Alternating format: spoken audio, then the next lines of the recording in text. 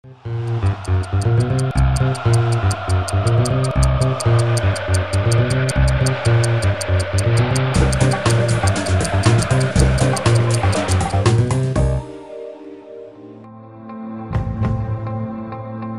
deux Super League calédoniennes à l'honneur pour ce 8e numéro de la saison de Calédo Foot, votre émission web 100% foot Cagou. En Super League Futsal, le FC Ferrand et l'AS PTT s'affrontaient le mercredi 28 juin à l'occasion d'un match en retard de la 5e journée du championnat. En Super League Football à 11 se jouait le samedi 1er juillet, la 14e journée du championnat élite Cagou, avec notamment une belle rencontre entre le SC Nedjiou et l'AS Mont-d'Or. On y revient en images dans ce nouveau numéro de Calédo Foot.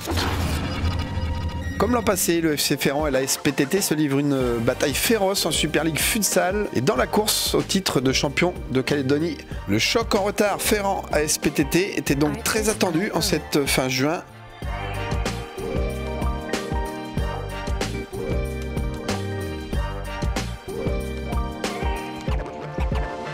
La rencontre qui va démarrer sur les chapeaux de roue avec l'ouverture du score rapide, c'est celle de Christopher Kawa pour les PTT et ça fait déjà 1-0.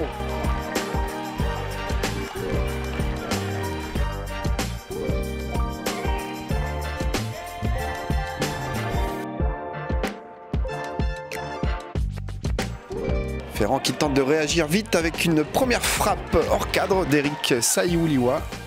En tout cas, cette première partie de rencontre est très intense, avec deux équipes portées vers l'avant qui se rendent coup pour coup.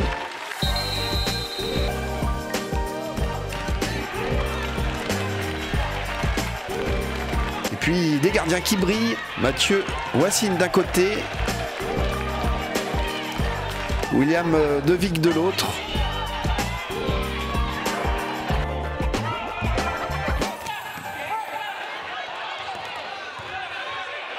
Les deux équipes en tête du championnat qui offrent une nouvelle fois une opposition très plaisante au public de l'arène.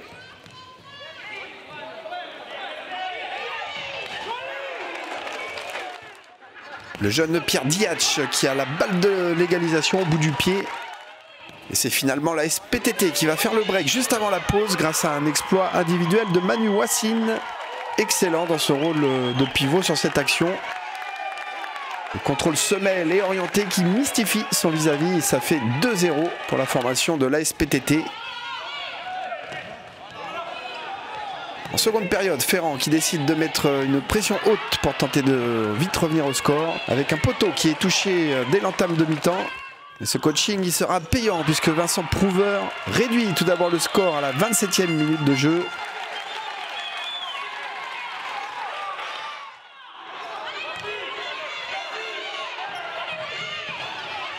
Et dans la foulée, pratiquement, on retrouve le jeune Diatch au pressing haut, le jeune joueur de Ferrand qui récupère le ballon dans les pieds de l'adversaire, qui décoche un pointu tout droit dans la lucarne. Splendide.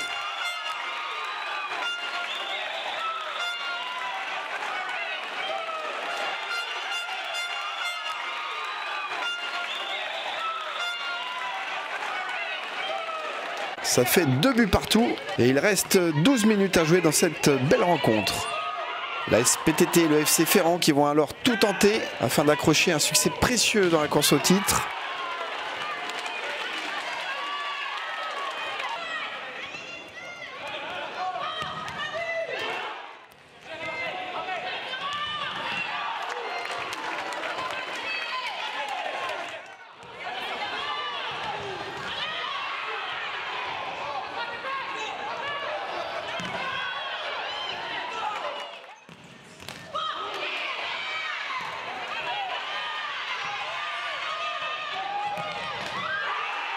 Ferrand qui croit d'ailleurs avoir fait le plus dur en passant devant au score pour la première fois du match suite à une superbe frappe de Ludovic Kaewang, d'autant qu'il reste moins de 5 minutes à jouer dans cette rencontre.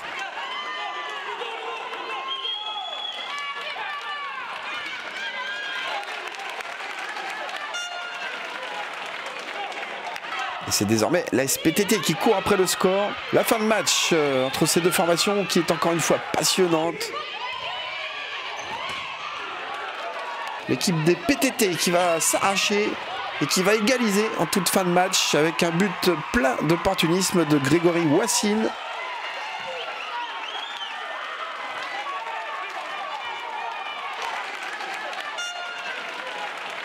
Il reste 2 minutes. Ferrand et la SPTT qui sont de nouveau dos à dos. Et puis cette faute de Vincent Prouver dans les toutes dernières secondes du match. La 6e côté Ferrand qui occasionne un pénalty à 10 mètres. Manu Wassine qui s'élance pour la victoire, mais c'est stoppé par William Devic. Finalement l'homme du match qui permet à Ferrand de garder le point du nul. On aura vu des buts, de l'intensité, du spectacle et du suspense. Encore une fois, l'affiche Ferrand ASPTT nous aura régalé et aura tenu toutes ses promesses. La SPTT qui reste leader à un point du FC Ferrand avant une 13e journée qui se jouera ce samedi 8 et dimanche 9 juillet.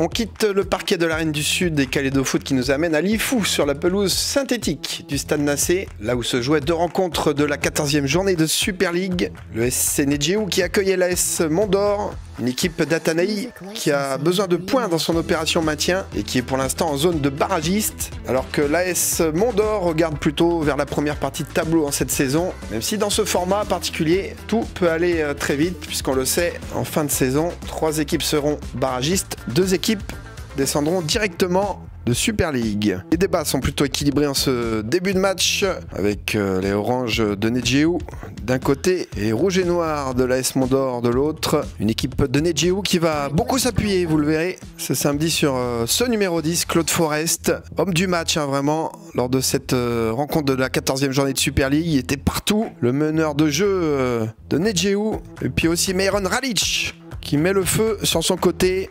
Mais ce centre qui ne trouve pas preneur, l'AS Mont-d'Or qui réagit par à coup.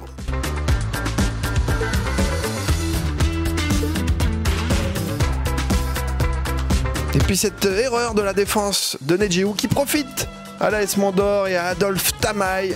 1-0, on joue la 27e minute de jeu. Adolphe Tamaï qui profite de cette erreur de l'axe central d'Atanaï pour ouvrir le score.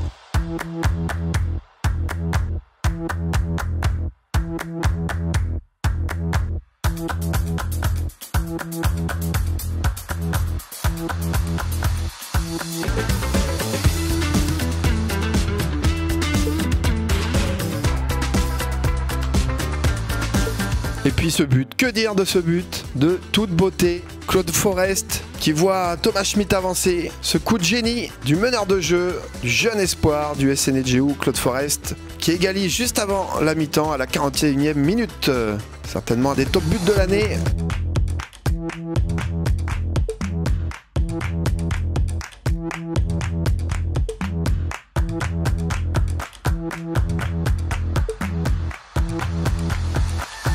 À la pause, en tout cas, Nedjéou et l'AS Mont-d'Or qui sont à égalité. Seconde période qui sera là aussi animée.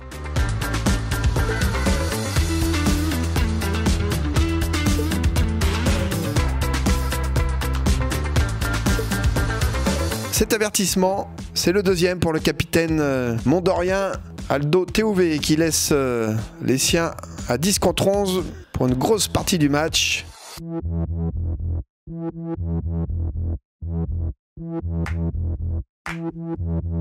Et puis Claude Forest qui va s'offrir le doublé à la 77e minute de jeu. Encore un but splendide, encore un lob, mais cette fois-ci c'est de la tête. Il a été énorme le numéro 10 Claude Forest samedi dernier. Et quel but encore!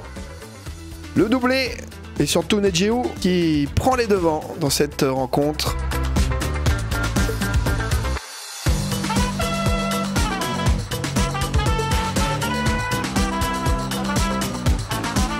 Les joueurs de Patrick Diaike qui vont tenter d'aller chercher le nul forcément, puisqu'ils sont menés en cette fin de match. Plus rien ne sera marqué malgré les dernières tentatives.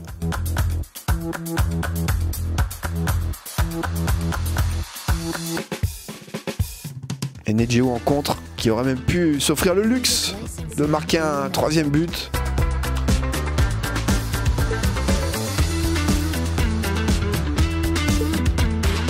Tandis que l'AS Mont-d'Or aura une dernière énorme occasion avec cette frappe d'Arsène Boaoué. Quelle parade du gardien Nicodème Mahen. Victoire importante de Nedjéou face à Mont-d'Or. Dans l'autre rencontre du jour qui se jouait au stade Nassé de Lifou, la Lanterne Rouge Rouen Sport qui accueillait l'AS Wetzch, un derby entre Rouen et Wetzch. Wetzch qui a besoin de points, mais c'est surtout Rouen, la Lanterne Rouge, qui a déjà grillé pas mal de jokers et qui va devoir cravacher dur pour se maintenir, parce que ça devient compliqué pour cette équipe de Lifou, de Rouen Sport qui englué dans les profondeurs du classement.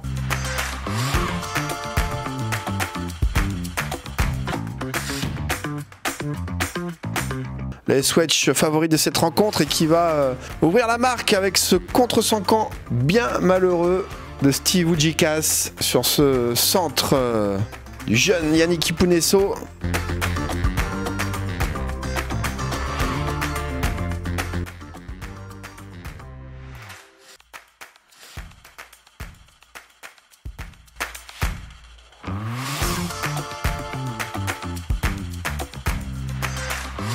Rouen Sport qui est mené mais qui va réagir avec cette frappe de Léon Macalou.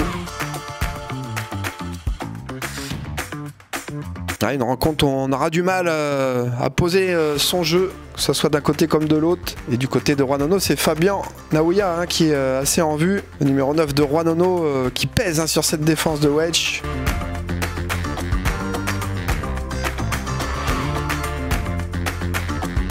Puis cette tête aussi de Patrick Wadjoka. On a quand même du mal à trouver la faille dans cette défense de Wetzch. Wetzch qui au fil des minutes a aussi perdu un peu le fil du jeu.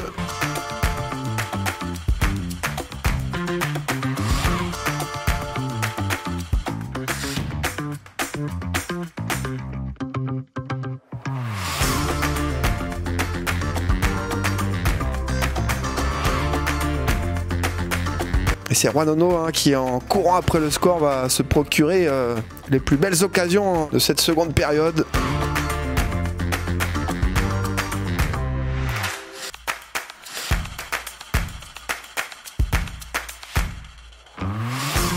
Avec encore Léon Macalou au coup franc, cette tête sur la barre. Rouen qui manque de peu d'égaliser. Ça chauffe sur le but du portier Eric Onakoko. Steve Oujikas qui était tout proche d'égaliser. Et puis en contre, forcément, Wetzch va aussi se montrer dangereux avec notamment le nouvel entrant Laurent Gaïa.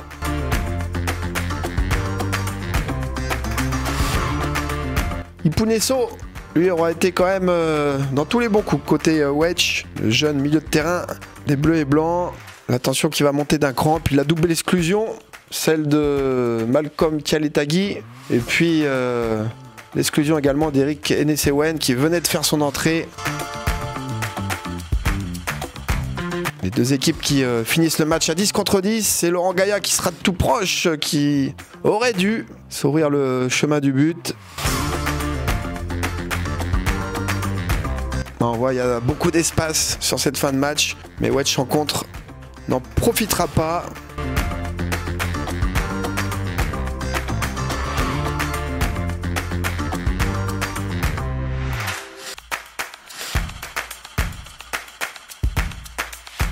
Ni Wetzch ni Rouen ne marqueront à nouveau dans ce duel.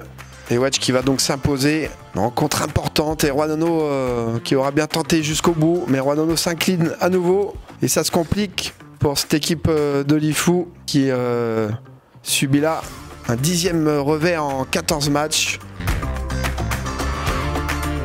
D'autres résultats de cette 14e journée. Et puis au classement, là aussi défaite surprise de Yengen face à Kounié, qui fait les bonheurs de Gaïcha, le promu et second. Là c'est Gaïcha qui peut croire au titre.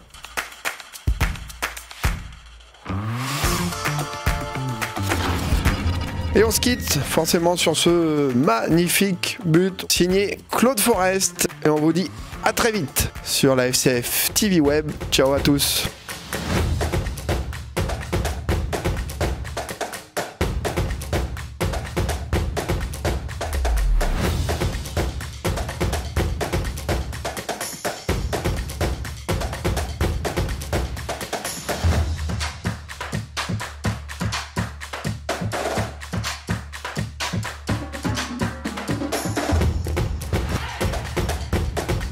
gardien anticipé sur la relance.